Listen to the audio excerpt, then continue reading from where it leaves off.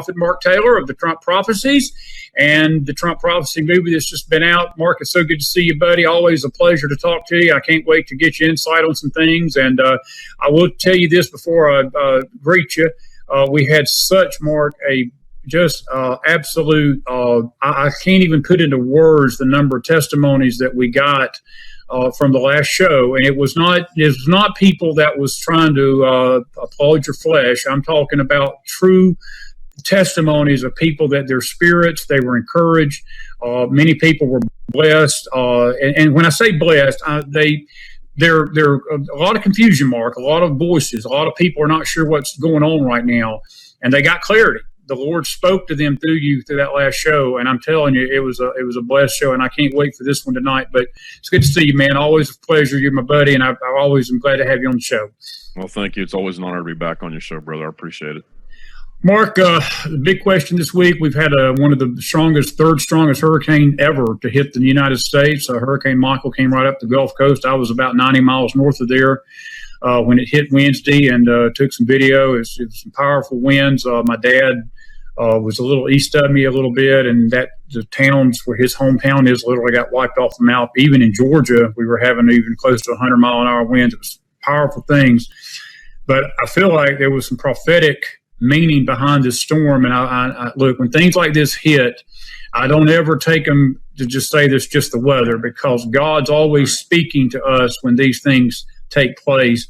And I'm just curious how you feel about this, and I'm going to ask you a few questions, but give us your thoughts about this hurricane and even the Dow Jones going a little crazy. I think there's a lot of chaos over our country, but there's a reason for this chaos, Mark.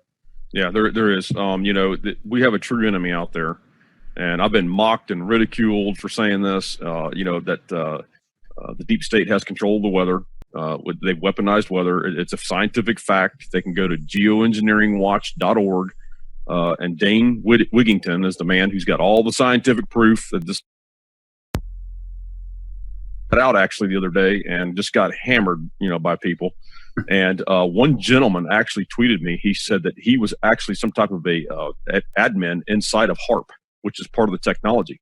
And he said, what people don't understand, he said, I work there. He said, what they don't understand is that there are Clinton holdovers.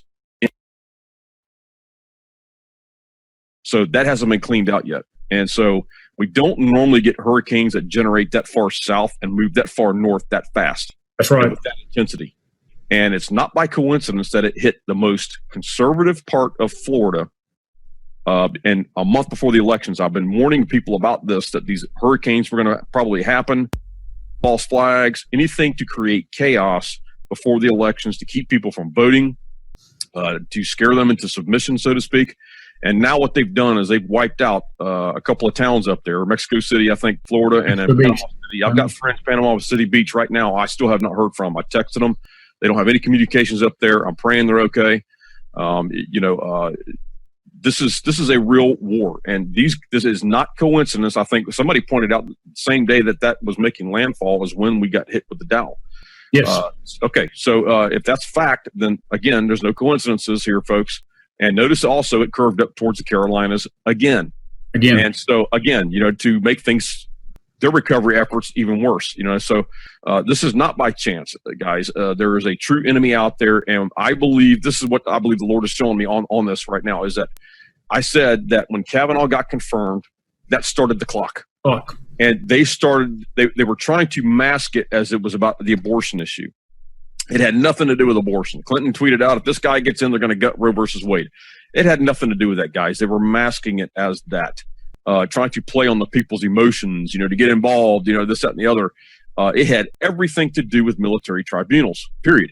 And they knew that they would have a solid 5-4 vote for these military tribunals, or whatever the case may be, with Kavanaugh. And that was why we saw the line of questioning from Lindsey Graham. If someone, I'm paraphrasing, if someone is a civilian and they're charged with treason, can they be tried under military law or civilian law? And he said military. And that sent shockwaves. Well, the second he got confirmed, brother, the clock started, but they knew it was over. It's done. And they have one recourse now, and that's scorched earth. They're going on a scorched earth campaign right now through these false flags, these hurricanes like this. It's If we cannot win this thing, which we know we cannot, then we're going to try to burn it all down. That's basically what they're trying to do right now.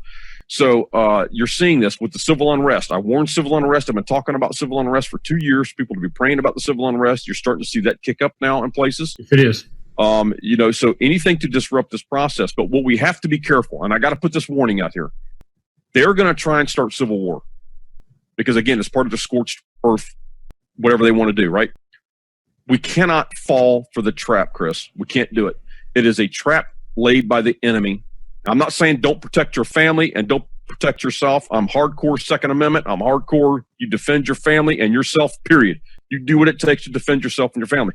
That's not what we're talking about here. What we're talking about is avoidance is always the best issue right now. We have to be patient. There is a plan in place by the government when these mass arrests take place. They know it's coming, Chris. And so we just, if you can avoid those areas where these demonstrators are at, avoid them right now. You know, that's the best way to stay safe if you can. I know people have to live there and work there in some of these places. I get it. But don't fall into this civil war trap. The devil himself, literally Satan himself, is trying to draw people into this trap right now by doing this. And we've got to be patient. And Trump has got to get enough judges in place, which we're seeing happen right now. Right. So that when these arrests take place, they go to prosecute these people. They don't go before a corrupt judge, and they walk like we've seen so many people do. So I mean, we've got to be patient. When will the arrest take place? That's the big question. Everybody wants to know. I don't know. Don't have a clue. I don't think it'll be before the midterms. I could be wrong. Again, there's a plan in place. The executive order doesn't take place until January. He's got to have his Congress in place. They don't take effect till January. So what does that tell you? So, I mean, again, they may make a couple of arrests, a few arrests before the midterms. I don't know. But I don't think it's going to be until after that. I could be wrong. You know what I mean? And I'm not prophesying that because I can hear the naysayers now. Oh, you said it was coming here. Right. But anyhow, but there's this scorched earth thing taking place. So don't fall for the trap, guys, right now. There's a plan in place. We have to be patient. God is, in fact, moving, all this stuff. And there's something to do, too. This is what the next thing I wanted to go to is that we talked a little bit about this in a pre-interview, is that there is something that's going to take place in the spirit when the mass arrests go down. When these people like Obama and Hillary and Eric Holder and all these people that are screaming the loudest, when these people are arrested, there's something that's going to happen in the spirit that I believe is going to bring freedom over this nation. Those spirits that have been in control, Leviathan, Jezebel, each person is going to represent something different when they're arrested. So, I mean, there's something to do that now. But does that mean they're not going to be operating on the earth? No, that doesn't mean that. It just means they're not going to be in control now at this point, especially over the United States. But also, these arrests are going to go global. You're going to see this stuff globally. There's things going on globally behind the scenes we're not hearing about because there's a blackout on it.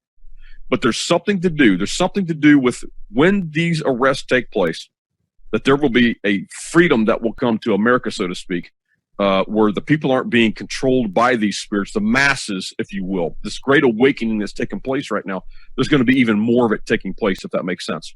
Yes. But there's a transition that happens. There's a switch that flips almost like when these arrests take place in the spirit that will manifest. It may take it a little time to manifest in the natural, but it will manifest in the natural for the good of the United States. But what we have to do is that we have to stay in constant state of repentance, a constant state of prayer, of warfare, which are two different things. People have to understand that. Prayer is when you're addressing God. Warfare is when you're addressing the enemy. We have to be in warfare, not just prayer, warfare. And repentance is what disarms the enemy. We can go into a whole thing on this. Repentance is what disarms the enemy, takes the legal right away from the enemy. Repenting on behalf of the land and the people.